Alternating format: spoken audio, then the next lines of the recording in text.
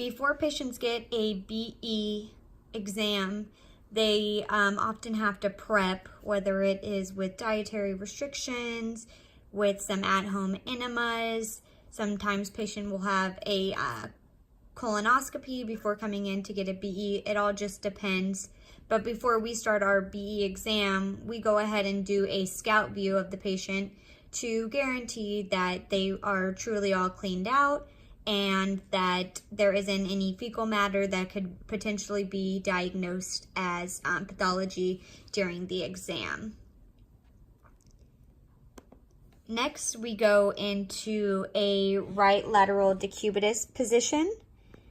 In this x-ray, you should be able to see the medial side of the ascending colon and the lateral side of the descending colon without superimposition, a little bit more clear. That's what this really shows off as far as the air and the barium contrast goes. And you can also see the barium air levels in there as well.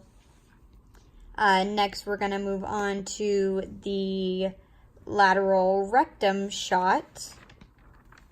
And for this x-ray, you should be able to see the rectosigmoid area more clearly. This is the best shot you're going to get of it during the exam.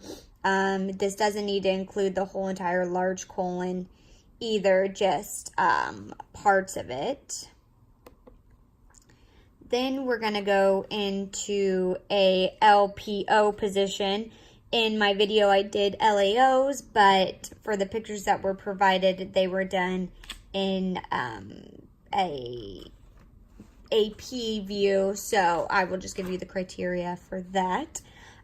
For this LPO position, you should be able to see the right colic flexure with less superimposition. It's going to be more open in this x-ray. You'll be able to see the ascending colon as well as the cecum and the sigmoid. It's not as open as you would see if this was an LAO position shooting from the PA. It's a little bit more open, but still a good x-ray. Then we have our PA position. In this one, you're going to see the whole entire large colon. You'll start from the cecum and then move into the ascending. Then you see the right colic flexure down through the transverse colon, up into the left colic flexure, down the descending colon, through the sigmoid, down into the rectum colon. So for this x-ray, you really should see the whole entire large colon in itself. Then we will move on to the PA axial. And this one, again, you won't, just like the lateral rectum, you're not going to be able to see the whole entire colon. That's okay. You mainly just want to be able to see the rectosigmoid area. This and the lateral rectum are going to be your two best views as far as viewing that area. This view just gives you a little bit more clear of a PA, where the other one gave you more of a lateral view. So you're going to see different aspects of it.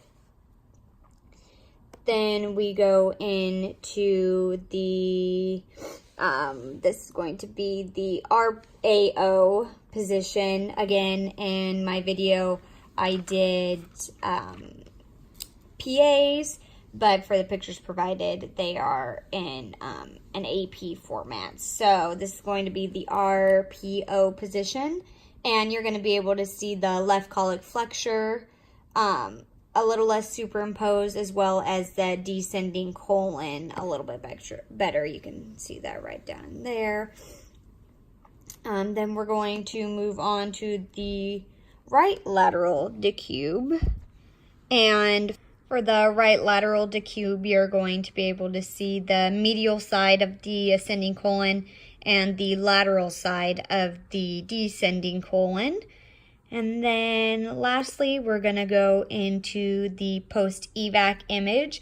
This is done after the patient has went ahead and got out all the barium that they could clear out themselves. And for this image, it's going to be the same as the scout view. It's going to go ahead and be a KUB. You're going to want to see the large colon in its entirety here.